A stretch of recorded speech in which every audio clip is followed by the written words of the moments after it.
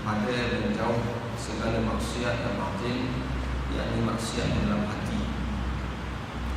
Manusia ini ada terbina dua unsur, iaitu jasad dan roh. Jadi jasad kita jaga, dan hati kita, roh kita juga jaga. Jadi kalau baik jasad, hati rosak, maka akan membawa kerosakan kepada seluruh perbuatan kita.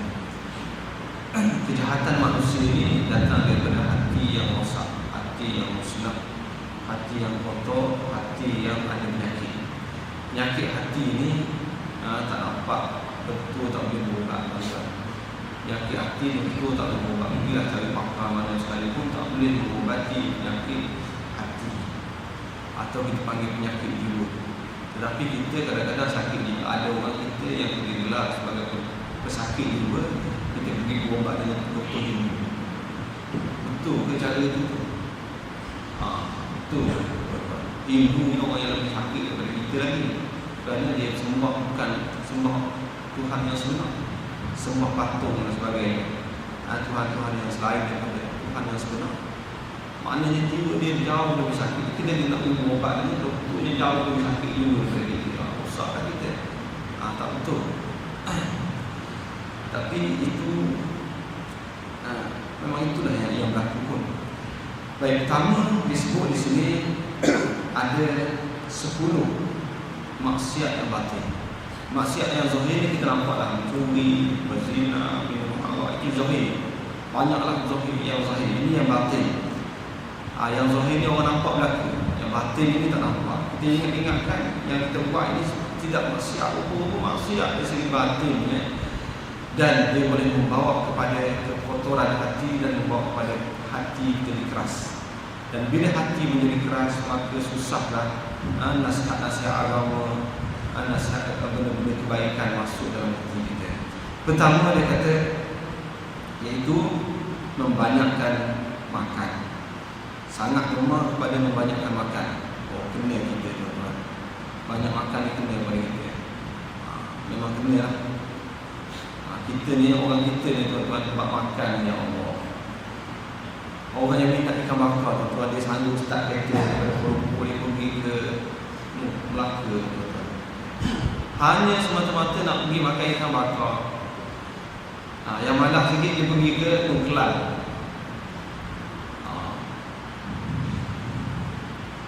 Ini kerana semata-mata nak makan. Ya Allah tuan-tuan. Tapi kalau kata nak cari ilmu, sebut di sana ada guru. Dekat kita ni tuan-tuan, guru yang hebat lah, guru yang hebat. Kita ada tempat di Bani, Guru Datuk Haruni, guru besar tuan-tuan, ulama besar. Ilmu cukup banyak, pergilah mengaji. Dia mengaji dengan guru yang hebat ni tuan-tuan. Bukan sekadar kita dapat ilmu, tetapi ilmu tu dia masuk meresap hati kita. Banyak guru yang macam hebat ceramah, tapi dia tak masuk meresap hati. Kita sekadar dengar sedap, kemudian kita gelak dalam sebagainya, kita ketawa begitu ni, seolah-olah agama ni benda yang lawak jenaka. Tak mahu saya sebut kadang-kadang guru agama kita, cara penyampaian dia, walaupun orang suka belaka, tapi tak betul. Sebab dia menjadikan perkara agama itu seolah-olah lawak jenaka. Orang tak gelap belaka, kita seolah tak mengantuk kita kata sedap ceramah. Tak faham ke kita benda agama itu benda serius, benda penting, benda yang nak bawa kita pergi akhirat. Kalau nak gelap, kita main kumpulan senario nak cakap. Pergilah cari. Tapi berapa orang saja di kalangan kita pergi cari guru yang hebat, yang boleh masuk, dia bercakap, mendidik hati kita, dia boleh berubah sikap kita yang buruk kepada yang baik. Tapi kalau bab makan, tuan-tuan, Masya Allah. Jadi insyaAllah nanti kita urai satu. Yang kedua, disebut sangat gemar kepada membanyakkan perkataan. Dia banyak cakap. Siapa dia yang banyak cakap? Biasa orang kerja tinggi. Dan kita pun kadang-kadang banyak cakap. Dulu kedai kopi itu 3 jam. 3 jam kedai kopi. Dan nilai masa itu rasa tak ada apa benda. Hilang begitu saja. Sedangkan masa itu sangat-sangat bernilai. Sangat-sangat bernilai. Yang ketiga dia kata marah. Marah ini satu penyakit.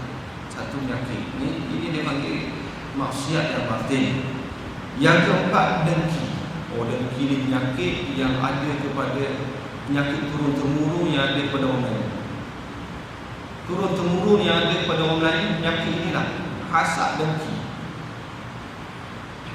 Kadang-kadang kawan kita maju sikit, kita khianatkan dia. Buka kedai maju, orang pergi letak benda-benda sehingga tutup kedai. Jadi tuan-tuan, jadi izin Allah Ta'ala hebat itu dia pertolongan syaitan. Itu kerja-kerja syirik, kerja-kerja yang merosakkan akidah. Yang kelima, kikir dan kasih kepada harta. Kasih kepada harta, kikir itu. Yang keenam, kasih akan kemegahan, nak kepada kebanggaan, nak kena puji. Ada orang tuan-tuan, dia tengah-tengah malam kita puji dia segitu. Ada terutama orang besar-besar lah, kita puji. Nak orang puji. Tegur tak boleh, jangan tegur, nasihat. Tak boleh nasihat. Bakar lagi lah. Jadi ini apa namanya, maksiat batin. Yang ke-8, yang ke-7, kasih akan dunia. Cinta kepada dunia, cinta kepada dunia, dan takut mati ni kan. Dalam hadis Nabi sebut umat akhir zaman kena penyakit al-wahd. Kasih kepada dunia, takut mati. Semua dia pada kita ni. Sikit banyak kan. Yang ke-8, membesarkan diri. Allah rasa kita hebat, kita besar, kita. Yang ke-9, wujud, iaitu merasa hairan akan dirinya. Rasa tengok hebat juga. Gitu. Yang ke-10, riak, yakni menuntut martabat pada hati makhluk supaya beroleh kemegahan padanya. Riak. Baik, kita mulai yang satu. Dia kata baik, dia kata pada menyatakan gemar makan. Adapun syaratut ta'am, yakni sangat gemar kepada makanan dan melebihkan kenyang daripada adat dan membanyakkan pada makanan, maka iaitu dicela oleh syarak. Banyak makan dan banyak nak tutup supaya kenyang lebih daripada biasa, maka itu disebut sebagai dicela ataupun dibenci oleh agama. Firman Allah Subhanahu wa taala, ya bani Adam khudhu zinatakum 'inda kulli masjid wa kulu washrabu wa la tusrifu innahu la yuhibbul musrifin. Wahai anak Adam, ambil oleh kamu perhiasan kamu pada tiap-tiap masjid, dan makan olehmu akan makanan, dan minum olehmu akan minuman, dan jangan kamu berlebih-lebihan pada makan dan minum itu, kerana bahawasanya Allah Ta'ala tiada kasih akan orang yang berlebih-lebihan pada makan dan minum. Ayat ini sebut satu, kita kena menghiaskan diri ketika nak datang ke masjid, ataupun boleh dipahami juga masjid itu kena cantik, kena bersih, kena indah. Kita pakai pakaian kita pun ambil pakaian kita. Kalau nak jadikan dalil, kita pakai cantik, pakai bersih datang ke masjid, pakai pakaian yang hebat-hebat, yang mahal ketika datang ke masjid, pakaiannya. Surah Al-A'raf ayat 31. Ya bani Adam khudhu zinatakum 'inda kulli masjid. Kereta, siapa ada kereta paling mahal bawa masjid. Pakai kereta yang paling hebat sekali bawa datang ke masjid. Pakaian paling mahal sekali bawa datang ke masjid masa sembahyang. Berdasarkan kepada guna kendali ayat. Kemudian Allah Ta'ala sebut makan dan minum boleh makan, tetapi sederhana. Kita makan tuan-tuan, kadang-kadang kita ikut sunnah Nabi, kita tak ikut kaedah yang diajar oleh agama. Islam ini suatu agama yang lengkap. Ada belaka tuan-tuan, daripada kecil saya dia besar sekali. Makan ni tuan-tuan, tidak ada peraturan yang manusia buat, atau pelada pun dia tak sempurna. Bab makan ni dalam kitab sebut Imam Ghazali, dalam kitab Imam Ghazali disebut antaranya teknik kita makan dan teknik dia ada adat-adat dia.